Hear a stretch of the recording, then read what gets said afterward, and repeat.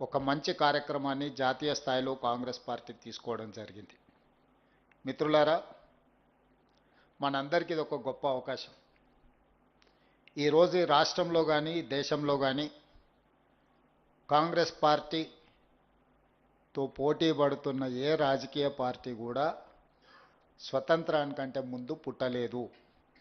సరిగ్గా 141 సంవత్సరాల క్రితం ప్రారంభమైన కాంగ్రెస్ పార్టీ 140 కోట్ల దేశ జనాభాకు ఒక స్ఫూర్తిగా, ఈ దేశానికి స్వతంత్రం తీసుకొచ్చిన పార్టీగా, ఈ దేశంలో ప్రజాస్వామ్యాన్ని,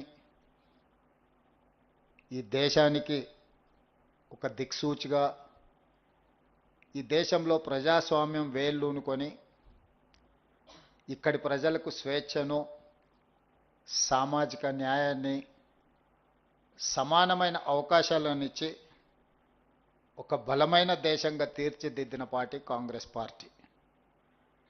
ఈ దేశంలో కాంగ్రెస్ పార్టీతో పాటు 100 సంవత్సరాల చరిత్ర కలిగిన పార్టీ ఏదైనా ఉందంటే సిపిఐ పార్టీ ఒకటి ఉన్నది. మిగతా అన్నీ కూడా మనము తెచ్చిన స్వతంత్రము, మనము ఇచ్చిన రాజ్యాంగము, మనం ఈ దేశాన్ని బలోపేతం చేస్తే ఆ అవకాశాన్ని అందిపుచ్చుకొని రాజకీయ పార్టీలుగా ఏర్పడి ఈరోజు కాంగ్రెస్ ముక్త్ భారత్ అనే స్లోగన్ తీసుకొని ఈ దేశానికి ఒక ప్రమాదకరమైన పార్టీలుగా తయారవుతున్నాయి. అట్లాంటి కీలకమైన సందర్భంలో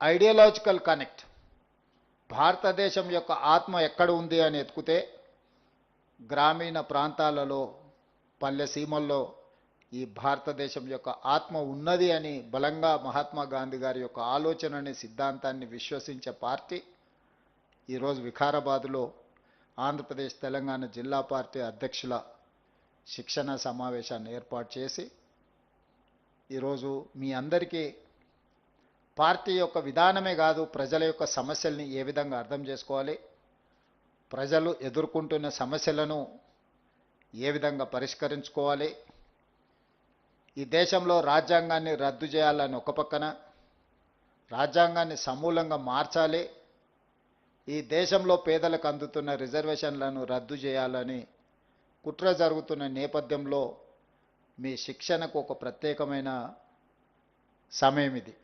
అందుకే ఈ శిక్షణ అనేది 10 రోజులు ఇక్కడ ఉండడం అనేది మీరు శిక్షగా భావిస్తే దీనివల్ల సున్నా ప్రయోజనం. ఈ శిక్షణ అనేది మీ జీవితంలో కాంగ్రెస్ పార్టీ పరంగా, ప్రజా సమస్యల పరంగా మీకు ఒక సంపూర్ణమైన అవగాహన కల్పించే అవకాశం ఉంది. కాంగ్రెస్ పార్టీలో మీ అవకాశాలు మెరుగుపడడానికి కూడా ఈ శిక్షణ కార్యక్రమం ఉపయోగపడుతుంది. అప్పుడే మిత్రులు మా సెల్ ఫోన్లో సిగ్నల్ రావడం లేదు అన్న ఆలోచన చేస్తున్నారు. కొంతకాలం మీకు సిగ్నల్ లేకపోతే ప్రజలతో ఉంటే ఏ విధంగా ఉంటుందో కూడా ఒక గొప్ప అనుభూతి. మొదటి రోజు అలా అనిపిస్తుంది, రెండవ రోజుకి అలవాటు అవుద్ది, మూడవ రోజుకు అదే ఇష్టం అవుద్ది. కాబట్టి మీరందరూ, మనమందరం, ఈ వేదిక మీద ఉన్నోళ్ళు ఎవరైనా, ఎవరికి వారసత్వంగా హోదాలు రాలేదు, వారసత్వంగా హోదా రావడానికి అవకాశం ఉన్న వైఎస్ షర్మిల గారి వేదిక మీద ఉన్నారు, కానీ వారసత్వంగా వారేది తీసుకోలేదు. మీరు ఒక్కసారి ఆలోచన చేయండి.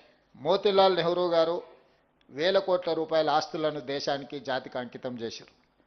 పండిత్ జవహర్లాల్ నెహ్రూ గారు దేశ స్వతంత్ర పోరాటంలో 10 సంవత్సరాలు జైలు శిక్ష అనుభవించారు. శ్రీమతి ఇందిరాగాంధీ గారు ఉక్కు మహిళగా రాణించడమే కాకుండా ఈ దేశం కోసం ప్రాణాలనిచ్చి చివరి రక్తపు బొట్టు వరకు దారం పోసారు. వారి వారసత్వం నుంచి వచ్చిన రాజీవ్ గాంధీ గారు ఈ దేశ సమగ్రత కోసం ప్రాణాలు ఇచ్చారు. వారి ఆశయాన్ని కొనసాగించాలని శ్రీమతి సోనియా గాంధీ గారు పడ్డ శ్రమ, 2 చిన్న పిల్లల్ని ఒళ్ళో పెట్టుకొని ఈ దేశం కోసం వారు సర్వం త్యాగం చేసి ఈ దేశానికి నాయకత్వ సమస్య వచ్చినప్పుడు కాంగ్రెస్ పార్టీకి, దేశ నాయకత్వానికి అండగా నిలబడి ఒక మంచి నాయకత్వాన్ని సోనియా గాంధీ గారు అందించారు. ఇంతమంది వారసత్వంగా మహాత్మా గాంధీ గారు 30 సంవత్సరాలు బ్రిటిషర్స్ మీద పోరాటం చేసి స్వతంత్రం సాధిస్తే బ్రిటిషర్స్ కూడా మహాత్మా గాంధీ గారి మీద లాఠీ ఎత్తడానికి భయపడ్డారు. కానీ స్వతంత్రం వచ్చిన కొద్ది నెలల్లోనే భారతీయులమని చెప్పుకునే రాజకీయ పార్టీలు తూటాలతో మహాత్మా గాంధీ గారిని నేలకొరగదీసిండ్రు. అంటే బ్రిటిషర్స్ కూడా ధైర్యం చేయలేదు మహాత్మా గాంధీ గారిని టచ్ చేయడానికి. కానీ భారతీయ జనతా పార్టీ వారసత్వం ఉన్న వాళ్ళు మహాత్మా గాంధీ ప్రాణాలనే బలిగొన్నారు. మహాత్మా గాంధీ గారి దేశం కోసం ప్రాణాలు ఇచ్చారు. ఇందిరాగాంధీ గారి దేశం కోసం ప్రాణాలు ఇచ్చారు. రాజీవ్ గాంధీ గారి దేశం కోసం ప్రాణాలు ఇచ్చారు. ఈ లెక్కన ఈ వారసత్వంతోనే రాహుల్ గాంధీ గారు కూర్చున్న ఇంట్లో ఈ దేశానికి ప్రధానమంత్రి కావాలి. కష్టమనేది తెలియకుండానే ఈ తరంలో వారు ప్రధానమంత్రి కావాలి. కానీ ఇంత వారసత్వం ఉన్నా, ఇంత త్యాగ చరిత్ర ఉన్నా రాహుల్ గాంధీ గారు కన్యాకుమారి నుంచి కశ్మీర్ వరకు మండు టెండల్లో మంచు కొండల్లో 150 రోజులు 4000 కిలోమీటర్లు పాదయాత్ర చేసిండు. తెలంగాణ రాష్ట్రంలోనే 22 రోజులు 375 కిలోమీటర్లు పాదయాత్ర చేసిండు.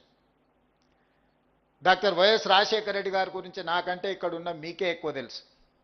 రాజశేఖర రెడ్డి గారు చేసిన పాదయాత్ర, రాజశేఖర రెడ్డి గారు అందించిన పరిపాలన, రాజశేఖర రెడ్డి గారు అమలు చేసిన సంక్షేమ పథకాలు, రాజశేఖర రెడ్డి గారు చూపించిన అభివృద్ధి ప్రణాళిక ఒక గొప్ప ప్రణాళిక. ఈ రోజుకు మనం కాంగ్రెస్ విజయాలలో రాజశేఖర రెడ్డి గారు ముఖ్యమంత్రిగా ఉన్నప్పుడు తీసుకున్న నిర్ణయాలనే మనం ప్రతి వేదిక మీద ప్రస్తావిస్తున్నాం. ఆ రకంగా వైఎస్ షర్మిల గారు కేవలం రాజశేఖర రెడ్డి గారి పేరు చెప్పుకొని ఆంధ్రప్రదేశ్లో ఏ హోదాకైనా వెళ్ళొచ్చు. కానీ ఇటు తెలంగాణలో 3700 కిలోమీటర్ల పాదయాత్ర కావచ్చు, ఆంధ్రప్రదేశ్లో ఈరోజు చాలా కష్టాలలో ముళ్ళబాటలో ఈరోజు ఆంధ్రప్రదేశ్ కాంగ్రెస్